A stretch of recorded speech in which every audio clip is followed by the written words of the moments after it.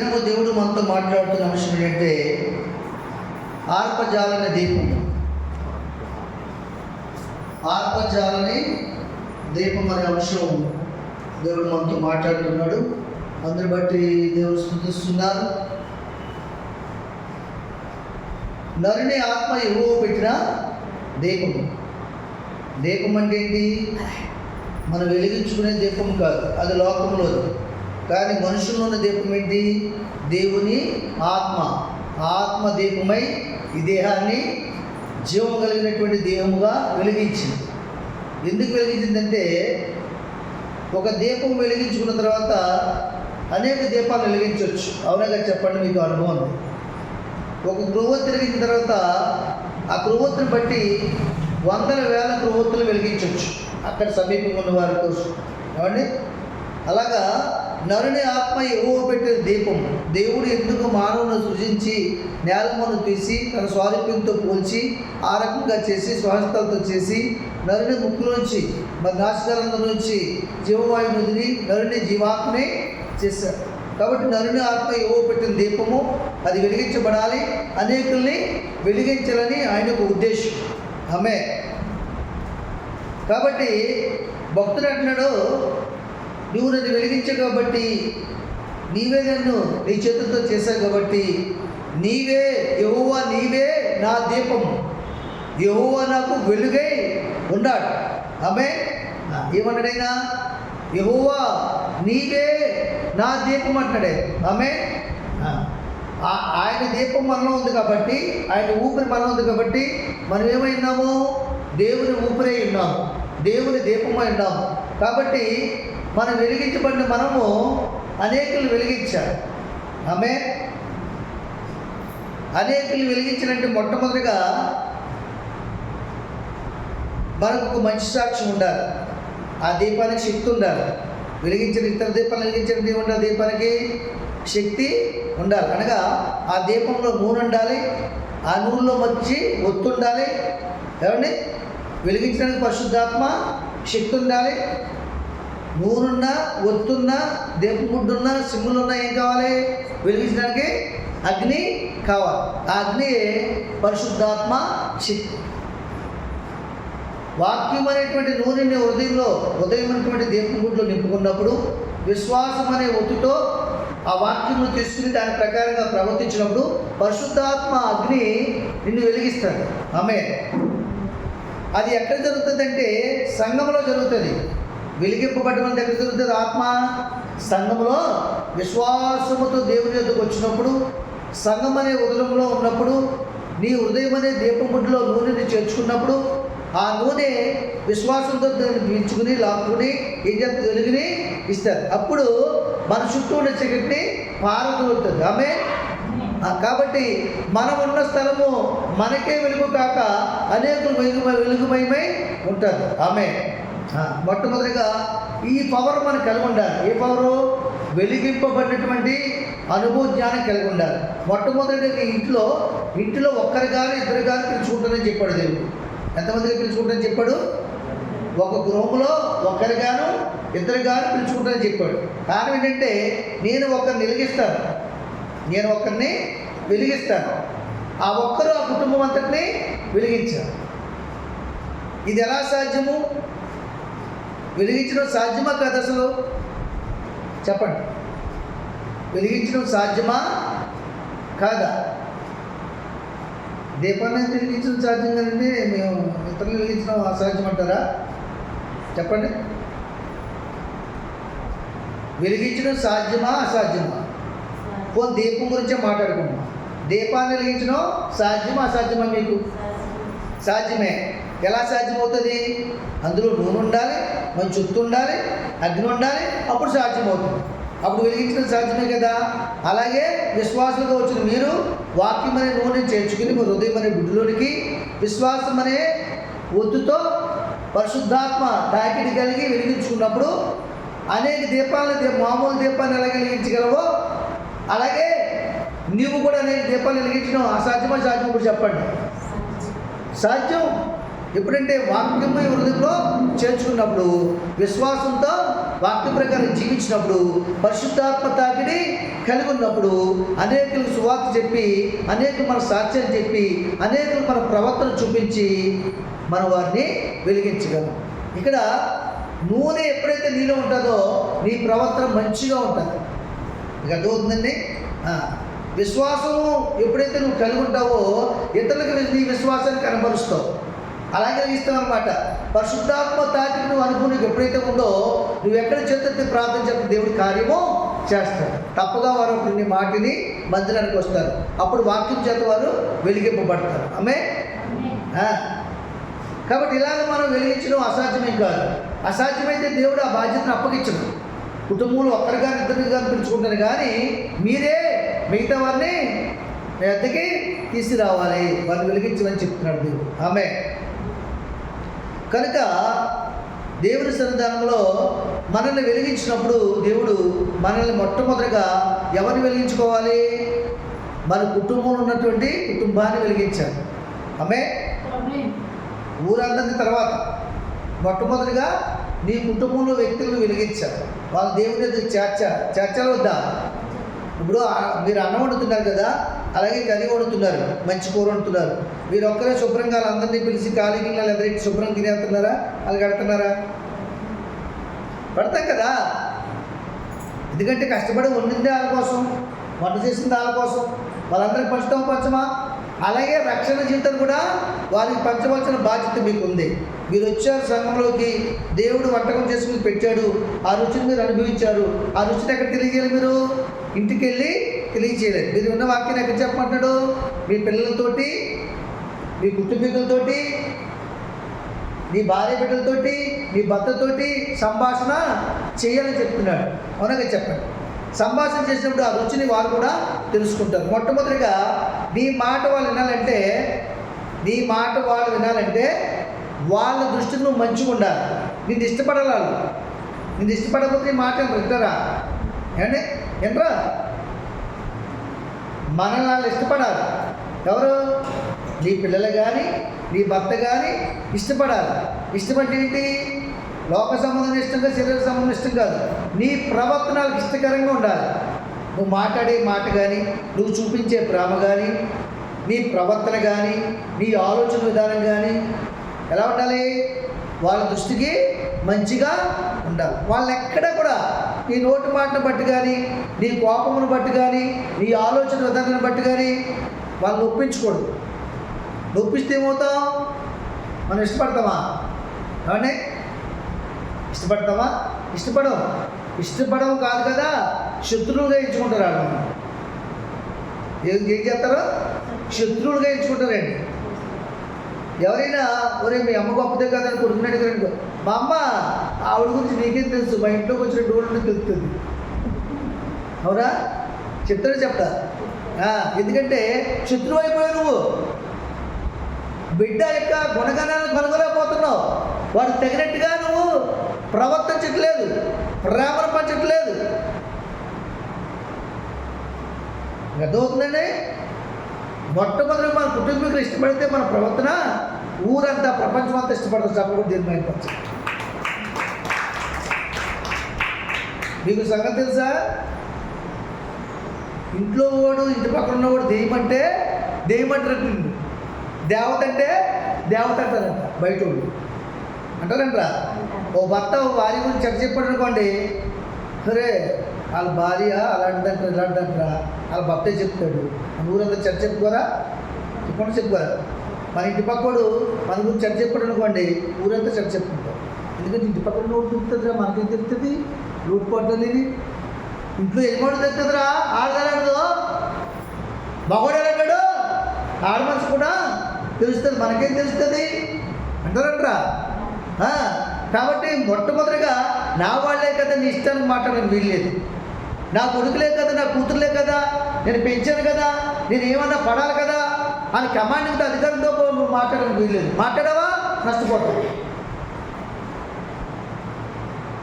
పెంచడం నీ బాధ్యత, కనడం కూడా నీ బాధ్యతే, ఇవ్వడం దేవుని కృప. బాధ్యతగా ఎలా కన్నావో ఎలా పెంచాలో తెలుసుకోవాలి. వాళ్ళకి ఆహారం పెడుతున్నాం, వస్త్రములు ఇచ్చేస్తున్నాం, చదువు చదివించేది అది కాదు.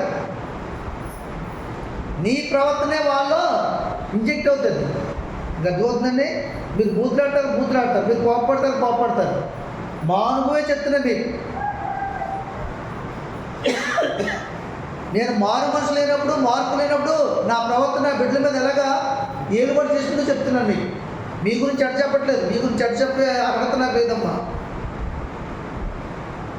మీరు అర్థం చేసుకోవాలి. మీరు ఏం మాట్లాడతారో మీ చిన్నపిల్లలు చూడండి. ఎందుకంటే కొంతమంది చిన్నపిల్లలు ఉన్నారు, పేర్లు చెప్పను నేను. వాళ్ళకి ఊహ రాలేదు, ఏమీ తెలియదు, బూతులు మాట్లాడతారు. పెద్దలు బూతులు కారణం ఏంటి? నేర్చుకుంటున్నారు. పెద్దలు బూతులు మాట్లాడతారు, పిల్లలు నేర్చుకుంటారు. అదే పిల్లలు బయట పిల్లలు తిట్టుకుంటారు.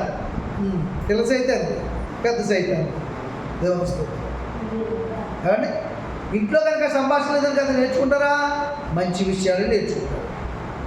కొన్ని అగ్రవర్ణాలు, ఉన్నతమైన చదివిన వాళ్ళు మంచి భక్తి పనులు ఉంటారు బయట. మన భక్తి కాకపోయినా వాళ్ళ భక్తి శ్రేష్టంగా చేస్తారు. వాళ్ళ కుటుంబాలు, వాళ్ళ పిల్లల్ని చూడండి ఎంత వందనంగా మాట్లాడతారో. కారణం ఏంటి? తల్లిదండ్రులు అలాగా. పాస్టర్ గారు వచ్చారనుకోండి, వందనాలు చెప్పమని చెప్పను, అని అవుతుంది. నేను అని అవుతుంది. అంతే తప్ప వందనాలు చెప్పమ్మా పాస్టర్ గారికి, రెజ్లాట్ చెప్పు, అదే చెప్పు, ఇవన్నీ నేర్పాలి. ఒక ఇంటికి వెళ్ళామనుకోండి, ఆ పిల్ల ఏమంటుంది? పాస్టర్ గారు వచ్చాడు, పాస్టర్ గారు ఏమండి తప్పమ్మా అలా అనకూడదు, గారు అనాలి. నీకు తిరగకపోతే అపార్థం చేసుకుంటారు పాస్టర్ గారు, అన్నాను అపార్థం చేసుకున్నట్టు. అన్నీ నేర్పాలండి. మీరు వెలిగించాలంటే మీ కుటుంబాన్ని. నిజంగా చెప్తున్నాను నేను, దేవుడి నామంలో మీ భర్తలు, మీ పిల్లలు ఇంకా దేవుడి ముందు రాలేదంటే కారణం తెలుసా? మీ ప్రవర్తన బాగోలేదు. తప్పుడు కూడా దేవుడు మైంపరచు. ఒప్పుకుంటారా? చెప్పండి. మీ పిల్లల్ని తప్పు చేయలేని పిల్లలు ఉంటారండి. చిన్నతనంలో పెద్దోళ్ళు తప్పులు చేస్తున్నారు. మీకు అర్థమవుతుందా? తప్పు చేసినప్పుడు ఎలా ట్రీట్ చేయాలో తెలియదు మీకు. తెలియాలంటే ఇక్కడ రావాలి. తప్పు చేసినప్పుడు ఎలా ట్రీట్ చేయాలో పిల్లల్ని ఇక్కడికి వస్తే దేవుడు నేర్పిస్తాడు. లేకపోతే అడగాలి, ప్రార్థన చేసి, ప్రభువా నా బిడ్డలను ఎలా పెంచాలో, ఈ బిడ్డలు ఇచ్చానైనా ఎలా క్రమబద్ధతను తీసుకురావాలో, నా ప్రవర్తన ఎలా చేసుకోవాలో నాతో మాట్లాడి నన్ను బలపరచు నా తండ్రి. నా బిడ్డలు పాడైపోతే నేను భరించలేనయ్యా. నువ్వు ఇచ్చిన బిడ్డలు కాదే. నువ్వు ఎప్పుడైనా ప్రార్థన చేసావా? ప్రార్థన చేస్తే దేవుడు చెప్పడా? నేర్పడా దేవుడు? ఏమంటే మార్చడా? మాట్లాడండి. లేకపోతే నేను విగ్రహాలు అనుకుంటాను. దేవుడు స్తోత్రం. కాబట్టి నేర్పుతాడు కదా దేవుడు. మీకు జ్ఞానం పొందుకుంటా అడగండి అన్నాడు ఆయన. మీకు ఏది పొందుకుంటా నాకు అడగండి అన్నాడు. కాబట్టి దేవుడి సందర్భం మనం ఏం చేయాలి? మొట్టమొదటిగా మన ప్రవర్తన మార్చుకోవాలి. ఈ దీపం ముట్టు బాగోకుండా, సరైన ఒత్తిడి లేకుండా, దాంట్లో నూనె లేకుండా అగ్నెట్టుగా చేసి 10 సార్లు చిక్కి నిలిగి తెలుగుతుందా? ఎలగదు. తిరుగుతుందండి, ఎలగదండి. కాబట్టి నీలో ఏముండాలి? పరిశుద్ధాత్మ తాకిడి ఉండాలి, దైవ మాటలు ఉండాలి, నీ ప్రవర్తన ఒత్తు ఉండాలి, మంచిదే ఉండాలి. నీ పిల్లలు ఎప్పుడూ బూతులు మాట్లాడకూడదు. ఇప్పటికైనా నేర్చుకోండి. మీరు వాళ్ళు చేసిన తప్పును బట్టి కోపం వచ్చి బూతులు మాట్లాడకూడదు. వాళ్ళకి అనుభూతితో తెలియచేయాలి. పాడైపోయిన వారి పిల్లల పరిస్థితి ఎలా ఉంది, ఇలాంటి కార్యాలు చేసిన పిల్లల పరిస్థితి ఎలా ఉందో బతుకు ఆ లోపల వాళ్ళు చూపించాలి. మనం అంతకు మించి ఎక్కువ మాట్లాడకూడదు. ఒకవేళ ఎక్కువ మాట్లాడాలనుకోండి, ఏం చేస్తారు? వాళ్ళు నొప్పితే తల్లి అని చూడరు, తండ్రి అని చూడరు, టాపా మరి. అవునా? కొట్టరా? నీకు అంతకంటే దౌర్భాగ్యమైన బతికే ఉంటుందండి తల్లిదండ్రులకి. మనగా చెప్పండి. నేనైనా మీరైనా ఎవరైనా సరే కన్న కొడుకు చేత కొట్టించుకుంటే, కన్న కూతురు చేత కొట్టించుకుంటే ఆ ప్రవర్తన ఎవరితో నీ మీద పనిచేస్తుంది? బిడ్డలు ఉన్నారని ఆలోచించుకుంటు. కానీ భర్త బలి తెగించి నిన్ను కొట్టడం, తిట్టడం, ఆ కొట్టిన తర్వాత నీ ఒళ్ళంతా శుభ్రపడిపోయి బాధగా నువ్వు తిట్టడం, అవునే కదా? ఇదంతా దగ్గరుండి తింటారు వాళ్ళు. వింటరా? ఇదేం చేస్తారు? నేర్చుకుంటారు. అదే మొట్టమొదటి నీ ప్రవర్తన మార్చుకోవాలి. నీ కుటుంబాన్ని నువ్వు రక్షించుకోవాలి. నీ ప్రవర్తన నీ భర్తను ఇంకా మారు మనసు కలిగినటువంటి స్త్రీ, దైవభక్తి కలిగిన స్త్రీ తన భక్తిని బట్టి తన భర్తనే దేవుడి సందికి నడిపిస్తుందని వాక్యం ఉందా లేదా? వాక్యం ఉందని చెప్పండి, అబద్ధమా? మరి వాక్యం ఉన్నప్పుడు వాక్యం ఎందుకు జరగట్లేదు నీ జీవితంలో? నువ్వు ఎక్కడికైనా తీసుకెళ్తావు భర్తనే, దేవుడి చదువు మాత్రం తీసుకురావు. మరి ఎలాగే జరుగుతుంది మేలు? ఎలాగే ఇస్తావు వాళ్ళని? నువ్వు బాప్తిసం తీసుకున్నావు, వాక్యం వింటున్నావు, నువ్వు పరలోక రాజ్యానికి వెళ్తావు, నరకానికి వెళ్తారు. అది నీకు ఇష్టమా? నీ కుటుంబం ఎక్కడ ఉండాలి? దావీదు ప్రార్థన చేసేటు, దేవా నా కుటుంబం నిత్యముని సన్నిధిలో ఉండాలి, భూలోకంలో ఉన్నా లేకపోయినా పరలోకంలో మేము శాశ్వతంగా మా కుటుంబం అంతా ఉండాలని ప్రార్థన చేసుకున్నాడు లేదా? ఆ ప్రకారంగా ప్రవర్తించడం లేదా? ఆ ప్రకారంగా బిడ్డలకు నేర్పడం లేదా? సొలొమోను కాలకని ఏమండి అలా నేర్పడు కాబట్టి, జీవించాడు కాబట్టి, దావీదా భూలోకం ఉన్నంత కాలం నీ సింహాసనానికి బుదువు లేదు, నీ రాజ్యం ఎవడు తీసుకోడు, నీ వంశంలోని ఒకరికి సింహాసనం నేను సిద్ధపరిచి ఉంచాడు, అది నుంచి ఎవరు లాగివేయలేదు. ఆమె కనుక మొట్టమొదటిగా నీ ప్రవర్తన మార్చుకోవాలి. వాక్యం మీద నీవు ఎదిగిన తర్వాత పిల్లల్ని ఎలా మనకు నోటుకు వచ్చినట్టు మాట్లాడకూడదు, కోపం పుట్టించకూడదు. తండ్రులారా మీ పిల్లలకి కోపము రేపొద్దు. ఏం చేస్తే వాడి మనసు మారుతుంది, నేను ఏం చెప్తే వాడి ఉద్దేశం మారుతుంది, నేను వాడి పట్ల ఎలా మాట్లాడితే వాడు ఆలోచన విధానం మారుతుంది. నీకు తెలియకపోతే దేవుడి సన్నిధిలో ఉపవాసం ఉండి ప్రార్థన చేయి. నువ్వే ప్రార్థన రాకపోతే, నువ్వో వాక్యం దగ్గర రాకపోతే, నేను చేసిన ప్రార్థన వల్ల నీ ఫలితం మీద దొరుకుతుంది. నేను చికెన్ బిర్యానీ అనుకున్నాను, మీరు మీ ఇంటికి వస్తుందా? మీరు వస్తే కొంచెం పెడతాను, రుచి కూడా మీరు చూస్తారు. రాకపోతే రాదు. ఏమండి మీరు జున్ను వండుకున్నారు, నాకు వస్తుందా? జున్ను అంటే నాకు చాలా ఇష్టం, నాకు వస్తుందా? రాదు. ఎలా వస్తుంది? అదే సమయంలో దేవుడికి హృదయం పంపించడం కన్నా ఇష్టం కలిగించి, ఇష్టం చూసి ప్రార్థించేటప్పుడు వచ్చారు కదా పాస్ట్ గారు పప్పు వేసుకుందామని అవునా కదా? రాలేదని నా పని నేను చేయలేదని కదా, నాకు వస్తుందా? రాదు. దేవుని యొద్దకు రండి, అప్పుడు ఆయన ఎందుకు వస్తాడు. మీకు రుచికరమైన వంటను ఇస్తాడు, ఆహారం ఇస్తాడు, రుచికరమైన బ్రతుకులు ఇస్తాడు, రుచికరమైన మాటలు ఇస్తాడు. ఒకడు ఉప్పు వేసినట్టు ఉండాలంటే వాడి మాటలు, క్రైస్తవుడి మాటలు ఎలా ఉండాలంట? ఉప్పు అన్నింటిలో ఉప్పు వేసేస్తారు, మీ బ్రతుకులు మాత్రం ఉప్పు ఉండదు. దేవుని స్తోత్రం. ఎక్కువ వేసేస్తారు కొన్నిసార్లు. ఉప్పు వాళ్ళు కూడా గొడవలు వస్తాయి తెలుసా మీకు?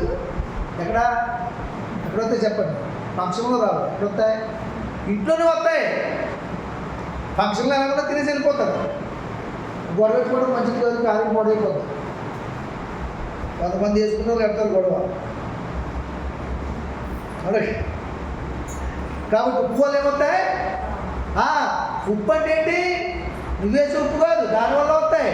నీ నోటి మాట వాళ్ళు కూడా గొడవలు వస్తాయి. సాత్వికంగా మాట్లాడుతుంది రావా? వస్తాయండి, మామూలుగా రావాయి. శుభ్రంగా నోటి మాట బట్టి వీటికి శుభ్రంగా వాయించేసి నల్లగా చేసి వెళ్ళిపోతారు. ఎవరో బాధ గురి చేసిన వాళ్ళు అంతే కదా. ఒప్పుకుంటారేంటి? నోటి మాట ఎలా ఉంటుంది? ఇంటికి దెబ్బలు తెస్తుందట. నోటి మాట నరకానికి గురి చేస్తుందట. నాలుక జీవన మరణాలు 4 వర్షంలో ఉన్నాయట. ఆమె కాబట్టి మొట్టమొదటి నీ ప్రవర్తన మార్చుకోవాలి. భార్య తన ప్రవర్తన మార్చుకుని తన భర్తని భక్తిలోకి రాబట్టుకోవాలట. మీ ప్రవర్తన బట్టి భక్తిలో ఉన్న వాళ్ళే లోకంలో కలిపేస్తారు. దేవుని స్తోత్రం. మీరు ఆడే మాటలు బట్టి మీరు ఒకసారి ప్రశ్నించుకోండి. కాదు అవును మీరు ఎలా మాట్లాడతారు మీ పిల్లల దగ్గర? అంటే బాధించమని చెప్పాడు దేవుడు. బాధించమని ఏం చెప్పాడు? బాధించి వారి కొరకు ప్రార్థన చేయి, వాడి గాయమును మార్పు, వాడి గాయమును కట్టు. అవునా? చెప్పడం లేదా? బాధించమని చెప్పాడు దేవుడు. నిన్ను బాధించిన వారి కొరకు ప్రార్థన చేయి, వాడికి మేలు చేయి. అవునా? వాడు నిన్ను బాధ గురి చేయకుండా ఉండాలంటే ఏం చేయాలో తెలుసుకో. దేవుని దగ్గర అది చేయి. నిన్ను బాధించిన వాడు నిన్ను ప్రేమిస్తాడు. నీ శత్రువు నీ పాదాలు పెట్టగా చేస్తానని చెప్పాడు దేవుడు. అబద్ధికుడైన దేవుడు. నువ్వు అబద్ధికురాలి, నువ్వు అబద్ధికుడు. అబద్ధికుడైన జనకుడిని వాడి తండ్రిగా ఎంచుకున్నావు, కానీ మేలు చేస్తున్న తండ్రి ఎందుకు నువ్వు రావట్లేదు?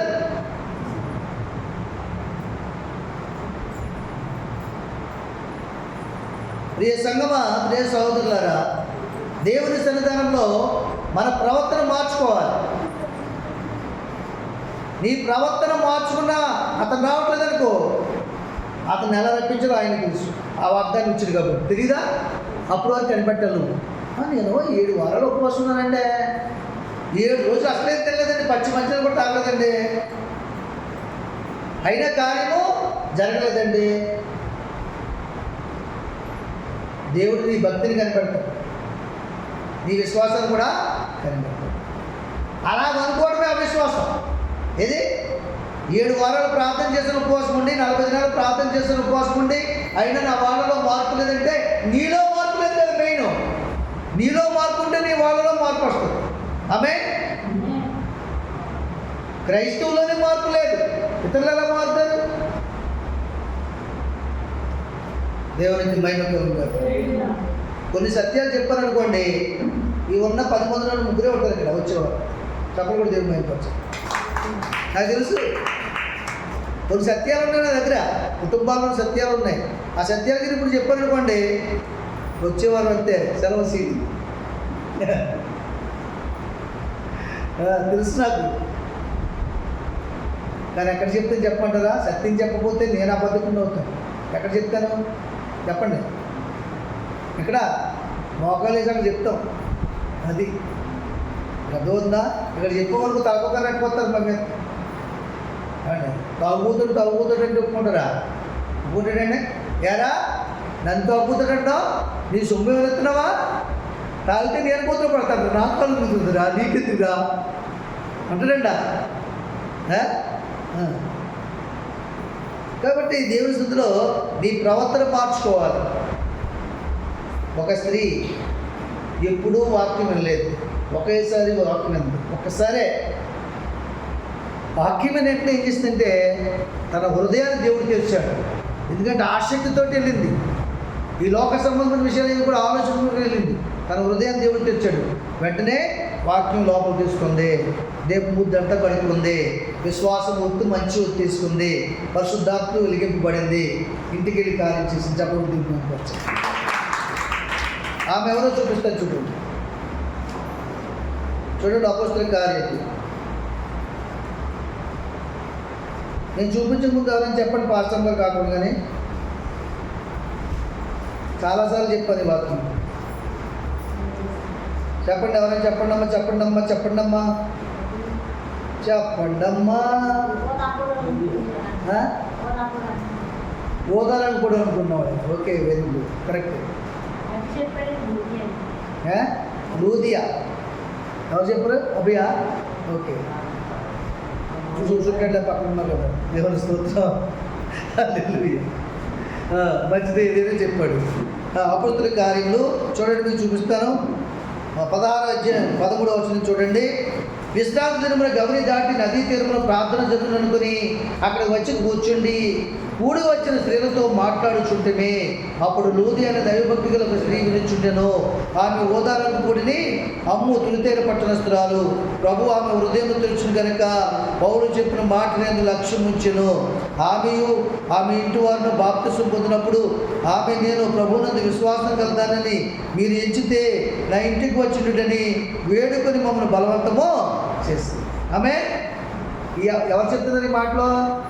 దైవభక్తి కలిగినటువంటి లూది అనే స్త్రీ కోసము పౌలు గారు చెప్తున్నారు. ఆమె చూసారా, ఆమె నదీ తీరంలో వాక్యం ప్రకటిస్తుంటే ఓదాలను కూడా అమ్ముకుంటూ ఆ రోజు ఏ వ్యాపారం జరగక, ఏ సంతోషం మనసులో లేక, ఏ ఆనందం లేక, నీరసముతో, దుఃఖముతో, నిట్టూర్పుతో ఆ ఓదరం కూడా తల మీద పెట్టుకుని వస్తుండగా ప్రయాసపడి భారం మోసుకుని సమస్తమైన వాళ్ళని ఎక్కడికైనా మాట వినిపించి ఆమె హృదయాన్ని తాకినప్పుడు ఓదారము కూడా గుట్టను పక్కన పడేసి వెళ్ళి ప్రభువా కింద కూర్చుని పౌలు గారు కూర్చోగానే ఆమెకున్న వ్యాధిని బట్టి ఆ వ్యాధిని తీసుకెళ్ళిన దేవుడు ఆమె హృదయాన్ని తెరిచాడు. ఆమె దేవుడి చేతికి వచ్చినప్పుడు ఎలా రావాలి? లోక సంబంధ విషయాలు ఎత్తులు పెట్టుకుని, బాధలన్నీ ఆలోచనలు పెట్టుకుని ఆవిడ పడేసింది లేదా పక్కనే? ఏమండి, అన్ని పడేసింది లేదా? పడేసిందండి. ఆమె హృదయాన్ని చూసాడు దేవుడు. భారంతో వచ్చింది, ఆ భారాన్ని చూసిన దేవుడు హృదయాన్ని తెరిచి ఆయన మాట పంపించి తెలియజేశాడు. ఆవిడ జీవితంలో భర్త ద్వారా కానీ, బిడ్డల ద్వారా కానీ ఎప్పుడు కూడా అటు నెమ్మదిని, అటు ఆనందాన్ని ఎప్పుడు పొందుకోలేదన్నమాట. గొప్ప ఆనందం, గొప్ప సంతోషం, గొప్ప నెమ్మది, ఎవరికి చెప్పజాలదు ఆనందం పరిశుద్ధాత్మతో నింపబడిందట. ఆమె వెంటనే దేవుని స్తుతించి ఇంకా బుట్టకు వదిలేసి, నువ్వు దేవుని మందిరికి వచ్చినప్పుడు ఈ ఆలోచన విధానాన్ని మార్చుకోవాలి, నీ ప్రవర్తన మార్చుకోవాలి, దేవుని స్తుతి సిద్ధపడి రావాలి, బైబిల్ పట్టుకోవాలి, కానుక పట్టుకోవాలి, చక్కగా అలంకరించుకోవాలి, చక్కగా నీ మనసుకు సిద్ధపరచుకోవాలి. ప్రభువా నాతో మాట్లాడుతాను, అమ్మ వాక్యం నిమిత్తమే ప్రార్థన చేయండి అంటే ఒక్కరు ప్రార్థన చేయండి, నాకెందుకులే వాక్యం అని. అవునగా చెప్పండి. ఇక్కడ ఎంతమంది ఉన్నారు చెప్పండి? 5, 8, 10, 12, 14, 15 మంది దాకా ఉన్నారు. అందాక ప్రార్థన చేయమన్నారు, ఒక్కరు ప్రార్థన చేయలేదు. ఎప్పుడు ప్రార్థన చేస్తుంది కాబట్టి అమ్మ ప్రార్థన చేయాలి అంటే మీకు వాక్యం లేదు మరి అంతే కదా అర్థం. ఇప్పుడు ప్రభుత్వం వారు 5 కేజీలు మీకు ఇచ్చారమ్మా, 1500 క్యాష్ ఇచ్చారమ్మా, పనులు లేవని వచ్చి తీసుకెళ్ళాలన్నారు అనుకోండి, ఎంత బేగా పరిగెడతారు మీరు అందరూ చెప్పండి? నేను ముందు వచ్చినట్టు నేను ముందు వచ్చాను తోసేసి రేషన్ కార్డు గల్లంత అయిపోయి అక్కడ బియ్యం ఎరిగిపోయి సత్త అయిపోతాడు దేవుని సొంతం. ఏమండి మీకు ఏది ఇష్టం? అవి ఇష్టం. మీకు ఇది ఇష్టమైతే ప్రార్థన చేయరా? ప్రభువా నేను వేదనలో ఉన్నతను, ప్రభువా నేను బాధలో ఉన్నతను, ప్రభువా నా హృదయాన్ని తెలివి చేయను ఆయన. నువ్వు మాట్లాడే దేవుడు తరపున నీ వాక్యం నా బాధలో నెమ్మదిస్తుంది, నన్ను బ్రతికిస్తుంది. బాబు చనిపోయే స్థితిలో ఉన్నానయ్యా బాధలో. అడుగుద్దా అమ్మా? అడగలద్దా? అడగలేదంటే నీకు బాధలు లేవు దేవుడు. అలా ఉండడం మంచిది. కాబట్టి ఆమె ఏం చేసింది? హృదయాన్ని తెలిసి ఎందుకు తెలుసా? లోక సంబంధమైన సమస్యలను పక్కన పెట్టింది, వ్యాపారం గురించి పక్కన పెట్టింది, కుటుంబ పోషణ గురించి పక్కన పెట్టింది, పొట్టును పక్కకి తీసింది, వెళ్ళి అక్కడ కూర్చుని దగ్గర న్యాయం చేసి మనసు పెట్టింది. ఆ మనసును దేవుడు తెచ్చాడు, అందులో దేవుని వాక్యం వెళ్ళింది, నెమ్మదిని కలిగించింది, సంతోషాన్ని కలిగించింది, ఆనందాన్ని కలిగించింది. ఇంకా బొట్ట ఎక్కడ పడేసిందో కూడా చూడలేదు వెనక్కి. హల్లెలూయా. వెళ్ళిపోయింది, పరుగు వెళ్ళిపోయింది, భర్త దగ్గరికి వెళ్ళిపోయింది, బిడ్డ దగ్గరికి వెళ్ళిపోయింది. అమ్మా ఏ రోజు పప్పలు తెచ్చున్నారు కదా, పప్పలే అమ్మా, పప్పల కంటే మధురమని తెచ్చారు మీకోసం. ఏంటమ్మా చూపించమ్మా? అవి చూపిస్తే కనబడే కాదురా, చెప్పితే వినపడేరా. చప్పలు కూడా దేవుడు భయపరచరా. అవి చూపిస్తే కనబడే కాదురా, చెప్పితే సంతోషపరిచేరా. చప్పలు కూడా దేవుడు భయపరచరా అని ఆవిడ కూడా చప్పలు కొట్టిందంట అక్కడ. దేవుడు స్తోత్రం. చప్పలు కూడా దేవుడు ఎప్పుడైతే భయపరచాడు, తల్లిపాటున్నాడో దేవుని వాక్యం పనిచేస్తుంది. అమ్మే మీరు చప్పలు కొట్టనుకోండి, మీ ఎప్పుడు సత్తు వచ్చారు, మీ శరీరానికి ఆరోగ్యం వచ్చారు, వాక్యం హృదయంలో చొచ్చుకుని వెళ్ళిపోద్ది. మనసు చప్పలు కొట్టడం వల్ల ఎక్కడ ఉన్న ఆలోచన అని ఇలా వచ్చారు, సరే అయిపోతుంది. అవునగా చెప్పండి, అవునగా చెప్పండి. జరుగుతుంది అవునా? నీ ఆలోచన ఎక్కడో ఉందనుకో, సీటే వెళ్ళినప్పుడు అన్నాడు కనబడుతుంది, ఆయన కనబెట్టుకున్నాడు అని ఆలోచన ఉందనుకో, చప్పలు కొట్టండమ్మా అన్నాం అనుకోండి, కొట్టేస్తాం. అప్పుడు ఆలోచన మారుతుంది. కొంతమందికి మార్గం ఏమవుతుందంటే నిద్రపోయేవాడు అంతా చప్పలు కొట్టడం అంటే ఎవరు కొట్టేస్తారు చప్పట్లో? నిద్రపోయిన కొట్టరు, ఇంకేమి కొడుతుంది అడుగుతూ బాగున్న వాళ్ళు చప్పలు కొట్టేస్తారు. మీరు అంత నిద్రపోతారమ్మా, ఎక్కడ నిద్రపోతారు మీరు? అప్పుడు హృదయంలో నిద్రపోతున్నారు, ఆత్మ నిద్రపోతుంది. ఇంతలాగా ఎవరు చెప్పరు, దేవుడు మిమ్మల్ని ప్రేమించి చెప్తున్నారు. అర్థం చేసుకో. నీ ఆత్మ నిద్రపోతుందా, వెలిగించబడుతుందా? చీకట్లో ఉందా, వెలుగుగా ఉందా? వెలిగించబడిందా లేదా? ఒకసారి ఆలోచన చేసుకో. దీని గురించి ఒక నెల రోజులు సబ్జెక్ట్ చెప్తాను. దీని చెప్పినైతే 1 సంవత్సరం చెప్పొచ్చు ఈ సబ్జెక్ట్. ఓకే, ఎన్నిసార్లు ఇచ్చినా సరే ఎక్కడైతే మన దీపం ఏం చేస్తా చెప్పండి? మీరు ఏం చేస్తా చెప్పండి? ఆడ పోయి ఎన్నిసార్లు ఇచ్చినా అడగట్లేదు, ఏం చేస్తా చెప్పండి? బాబాయ్ మాకు ఎక్కడ ఉన్నాయండి పోయిందా? ఇంటి స్టవ్లే కదా, స్టవ్వే అడగట్లేదు, ఏం చేస్తారు? ఒక తగ్గుతుంటారా? తంతే రేపు పంపాను తంతే ఏమవుతుంది? రేటు తెగిపోతుంది బాబు. ఏం చేస్తారు అప్పుడు? గబగబా సిగ్గు తీసేసి ఏది చూదో ఏదో పెట్టి అవన్నీ క్లీన్ చేసి అవునా, శుభ్రంగా తులసి అవునా, గ్యాస్ పైప్లో గ్యాస్ వస్తుందో చూసి ఓకే చేయించుకో, ప్రార్థన చేయించుకుంటావా? తర్వాత 30 నిమిషాలు వీడియో ఆన్ అయిందండి. అబ్బా సరే పర్లేదు దాంతో పర్లేదు ఇంకా నాకు